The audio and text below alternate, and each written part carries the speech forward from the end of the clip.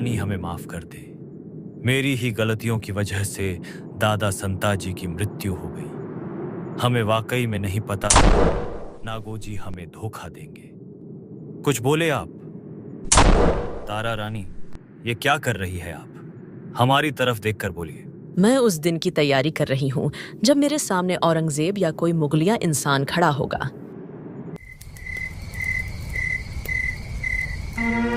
मुगलिया सल्तनत का परचम बुलंद रहे। आपके लिए एक तोहफा लाए हैं आलमगीर।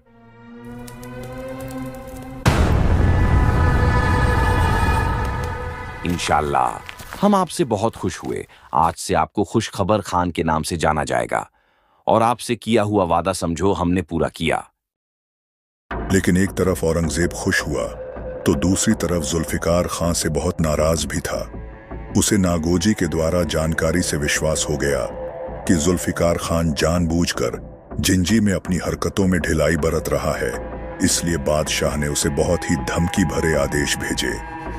जुल्फिकार खान को अपने निजी संपर्कों से यह खबर मिली कि अगर उसने जिंजी पर कब्जा नहीं किया तो बादशाह राजा राम महाराज से पहले उसका कटा हुआ सिर देखना पसंद करेंगे। इसलिए 1697 के अंत में उसने राजा राम को गुप्त रूप से भागने का संकेत दिया। खान ने अपने गुप्तचरों के माध्यम से महाराज को उन विशेष बिंदुओं को भेजा जहां से उसकी सेना हमला करेगी और उसे बता दिया कि उसके भागने के लिए कहां जगह छोड़ी गई है।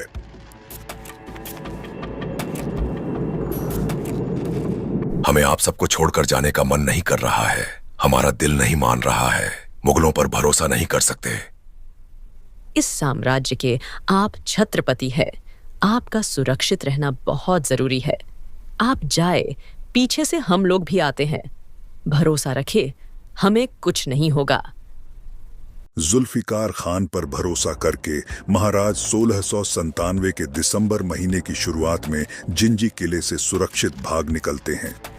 यह सब जुल्फिकार खान ने मराठों के साथ यथासंभव मैत्रीपूर्ण संबंध भविष्य के फायदे के लिए बनाए रखा और किले पर आक्रमण इसीलिए उसने किया कि बादशाह की नजर में वह इस पूरे मामले के लिए दोषी न ठहरे। राजा राम महाराज के इस सफर में रामचंद्र पंत और खंडो बल्लाल ने तय किया कि इस योजना में गणोजी शिर्के भी मदद करेंगे। गणोजी शिर्के वही थे जो संभाजी महाराज के ठिकाने को मुगलों को जानकारी दिए थे। वे अब अपनी गलतियां सुधारना चाहते थे। शिर्के ने अपने साथियों को भी अपनी इस योजना में शामिल कर लिया। इसके बाद शिर्के और उनके साथियों ने महाराज को पर्दे वाली पालकी में बिठाया और वहां से निकल गए। लंबा सफर तय करके राजा राम महाराज 22 फरवरी 1698 को सुरक्षित विशालगढ़ पहुंच गए। राजा राम महाराज के निकलने के बाद जुल्फिकार खान ने जिंजी पर कब्जा कर लिया। फरवरी महीने में ही किला उसके हाथ में आ गया। उस समय राजा राम की पत्नियां किले के भीतर थीं। उन्हें मुगलों ने पकड़ लिया।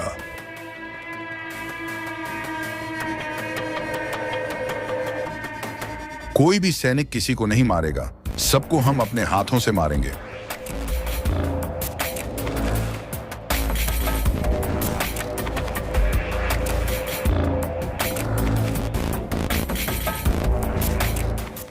महारानी, मेरा नमस्कार स्वीकार करें।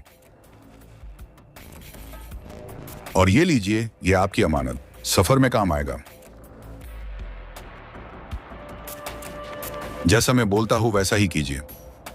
रानी ताराबाई जुल्फिकार खान के सिर पर बंदूक रखकर उनके सैनिकों को चेतावनी देती है। हमें और हमारे सारे सैनिकों को सुरक्षित आजाद करे, नहीं तो इसको मार दिया जाएगा। खान के इशारा करते ही मुगल सैनिक राजा राम की पत्नियों और उनके बच्चों के साथ साथ मराठा के सारे सैनिकों को सुरक्षित जाने दिया। इतिहास में वाकई जुल्फिकार खान ने राजा राम और उसके परिवार को जिंजी से भागने में हर तरह से मदद की थी। सन 1700 ईस्वी में महाराज राजा राम की मृत्यु के बाद अब मराठा साम्राज्य एक कठिन मोड़ पर खड़ा था। औरंगजेब को लगा कि मराठा साम्राज्य समाप्त हो जाएगा, लेकिन वह यह नहीं जानता था कि अब इस संघर्ष की बागडोर संभालने के लिए एक और योद्धा तैयार खड़ी थी, महारानी ताराबाई।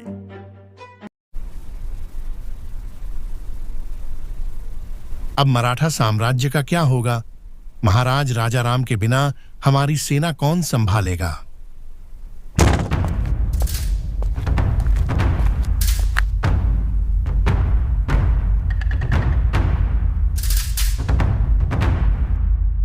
कौन कहता है कि मराठा साम्राज्य समाप्त हो गया? शिवाजी महाराज ने हमें सिखाया था कि मराठा कभी हार नहीं मानते, और जब तक मराठा का एक भी बच्चा सांसें ले रहा है तो साम्राज्य को कोई गिरा नहीं सकता। पर महारानी साहिब, अब मराठा साम्राज्य का नेतृत्व कौन करेगा? मराठा साम्राज्य किसी एक व्यक्ति से नहीं चलता। हम सब में शिवाजी महाराज, संभाजी महाराज और राजाराम महाराज का खून है। जब तक हम सब जीवित हैं, हम एक साथ मिलकर साम्राज्य चलाएंगे। लेकिन महारानी साहिब, किसी एक को तो सिंहासन में बैठाना ही होगा। ताराबाई गहरी सांस लेती हैं। वे धीरे धीरे सिंहासन की ओर बढ़ती हैं और दृढ़ता से उत्तर देती हैं। स्वराज्य न कभी झुका है, न कभी झुकेगा। मराठों की जड़ें मिटाना आसान नहीं। कल भोर होते ही मेरा पुत्र शिवाजी द्वितीय छत्रपति बनेगा।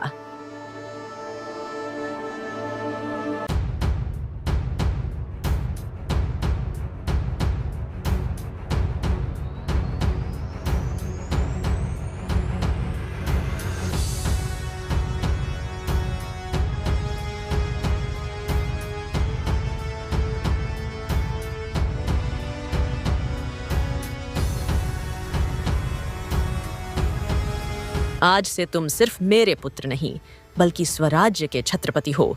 वीर शिवाजी महाराज की विरासत के उत्तराधिकारी हो। चिंता मत करो, तुम्हारे हर कदम पर मैं साथ चलूंगी, तुम्हें राह दिखाऊंगी। दरबार में बैठे सभी मराठा सरदारों की आंखों में सम्मान और जोश भर जाता है। धनाजी जाधव और रामचंद्र पंत तलवार निकालकर झुककर प्रणाम करते हैं।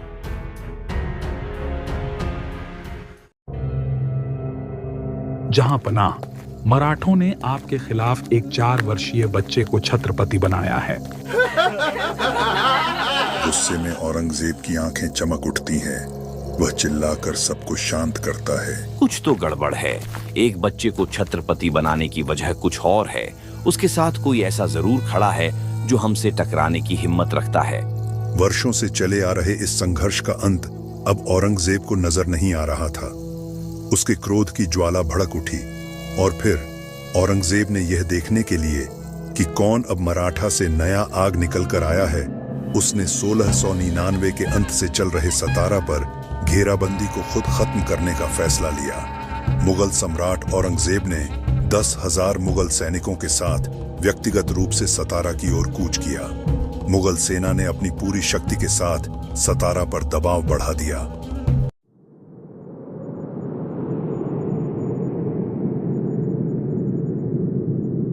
बुरी खबर, युद्ध की तैयारी करो।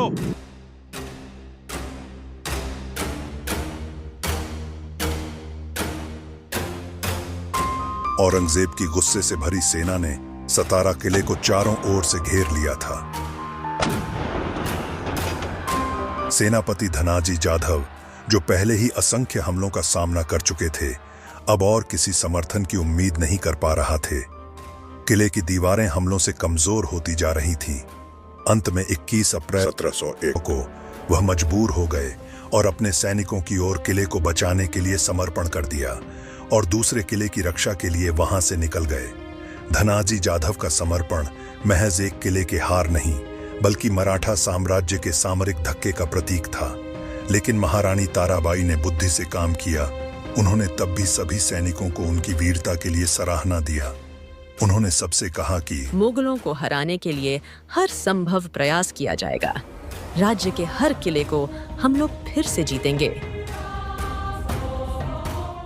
महारानी ताराबाई ने मन में ठान लिया, मुगलों को धूल चटानी ही होगी।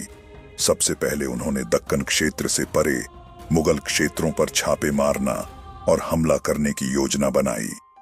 युद्ध के लिए लोगों और संसाधनों को जुटाने के लिए वह अक्सर अपने नियंत्रण में आने वाले विभिन्न किलों का दौरा करना चालू किया।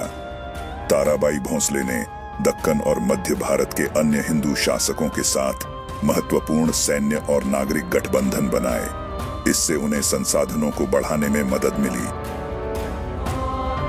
महारानी ताराबाई ने मुगलों को जवाब देने के लिए राजाराम के संग रहकर सीखे गुरिल्ला युद्ध की रणनीति का उपयोग करना चालू किया। महारानी ताराबाई जानती थीं कि मुगलों की जड़ें केवल महाराष्ट्र में नहीं बल्कि उत्तर भारत में भी फैली थीं।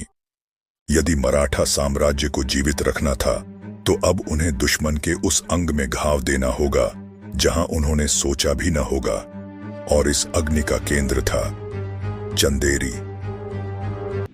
मुगल दरबार में चिंता की लहर दौड़ पड़ी। समाचार मिला कि 50,000 मराठा सेना मध्य प्रदेश के चंदेरी किले की ओर बढ़ रही है।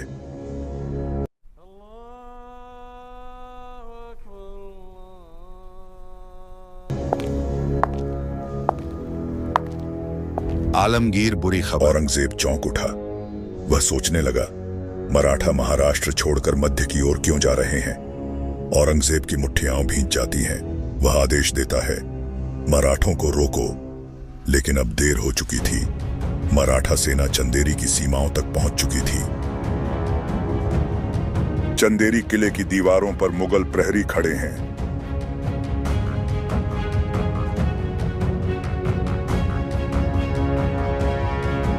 अचानक आकाश में कई सारे आग के गोले उड़ते हुए आ रहे हैं। मराठा घुड़सवार किले की ओर बढ़ते हैं। उनके हाथों में जलते हुए मशाल, भाले और तलवारें हैं। चंदेरी की दीवारों पर मुगलों ने जो पहरा बिठाया था वह मराठों की आंधी को रोक न सका। भीषण युद्ध की शुरुआत हुई। मराठा सैनिक किले की दीवारों पर चढ़ते हुए किले के अंदर प्रवेश कर जाते हैं। दूर दूर तक मुगल सैनिक की चीखें सुनाई देने लग जाती है।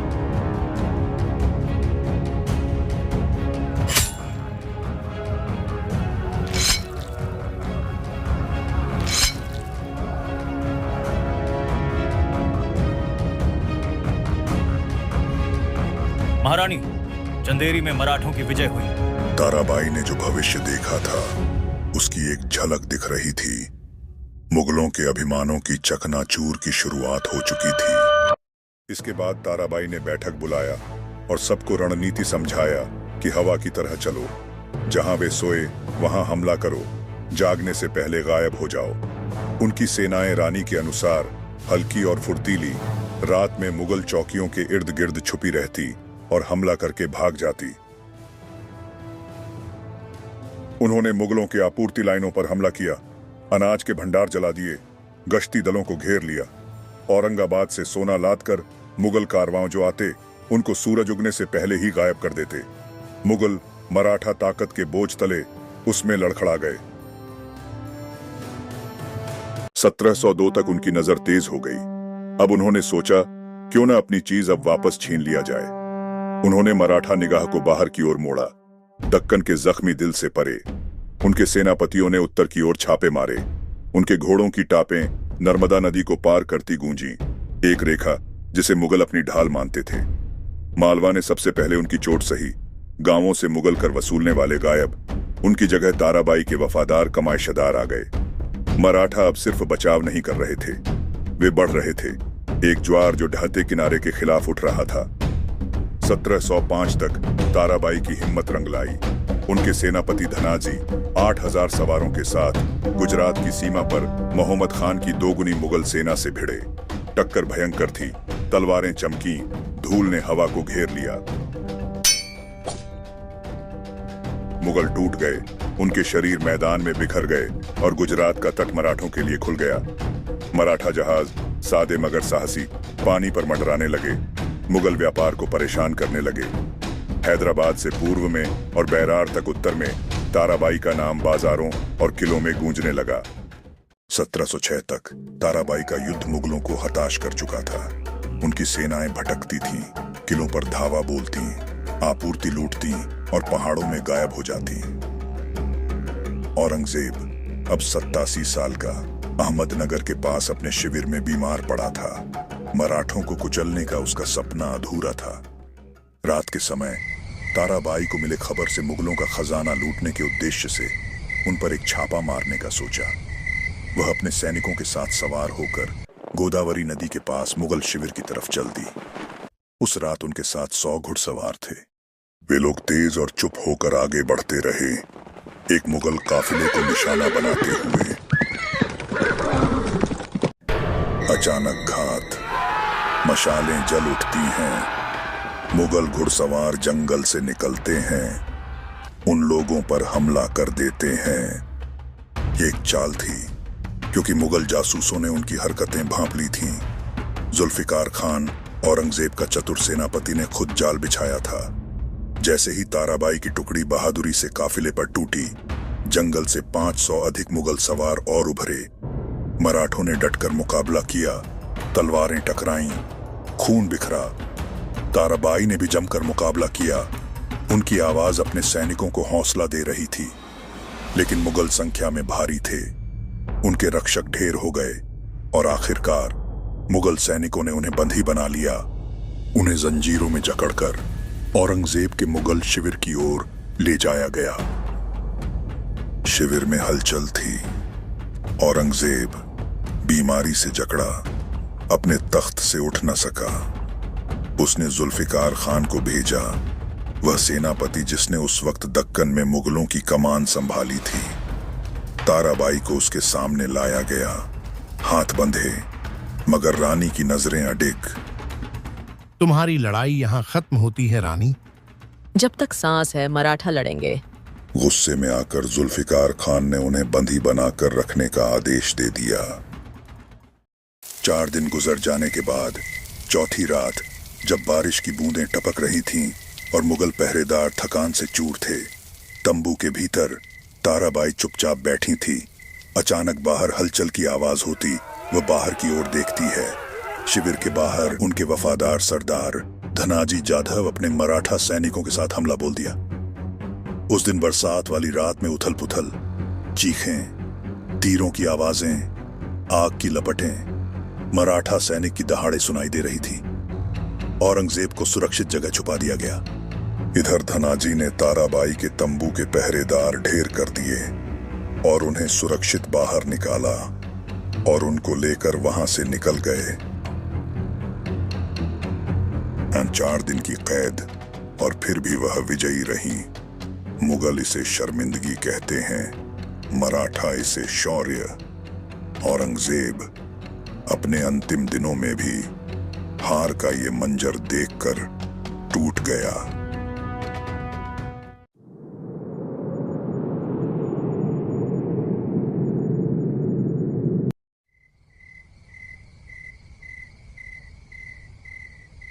अजीब बात है, पूरी जिंदगी मैंने सबको झुकाया और आज ऐसे दिन है कि अब मैं खुद इस बिस्तर से उठ तक नहीं सकता। औरंगजेब की आंखों में गहरा पछतावे का साया दिखता है। वो अपनी आंखें बंद करता है और अतीत की यादों में खो जाता है।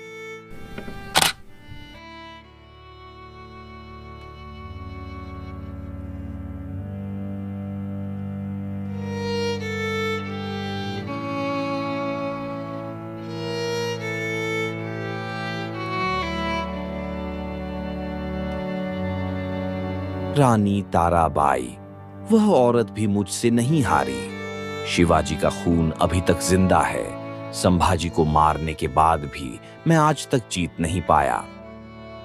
मैं लगभग 88 वर्ष जिंदगी जी चुका हूं, लेकिन मेरे पास सिर्फ पछतावा बचा है। मुझे अब अपने ही लोगों से डर लगता है। मुझे पता है मेरे बेटे इस गद्दी के लिए आपस में लड़ेंगे। मैंने मुगल साम्राज्य को विस्तृत किया, लेकिन इसे बचा नहीं सका। मराठों को मिटाने निकला था, लेकिन वे और भी शक्तिशाली हो गए। क्या खुदा मुझे माफ करेगा? मैंने सत्ता के लालच में आकर अपने ही भाइयों को मारा, अपने अब्बू को कारागार में कैद करवा दिया और बेगुनाह मासूम लोगों की जान ली। क्या खुदा मुझे माफ करेगा?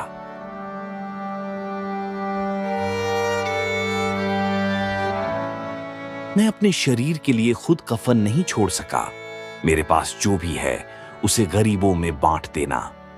कभी जिसने पूरी दुनिया को अपने इशारों पर नचाया, वह आज अपने लिए कुछ भी नहीं बचा पा रहा। आज मेरी आंखों में सिर्फ पछतावे की आग है। सभी को मेरा आखिरी सलाम। मैं बस यही कह सकता हूं कि इस दुनिया की सच्चाई को समझो। सत्ता, धन, दौलत सब एक धोखा है और मैं पूरा जीवन इस धोखे में जीता रहा। औरंगजेब थका हुआ महसूस करता है। कलम छूट जाती है। वह गहरी सांस लेता है, आंखें बंद करता है।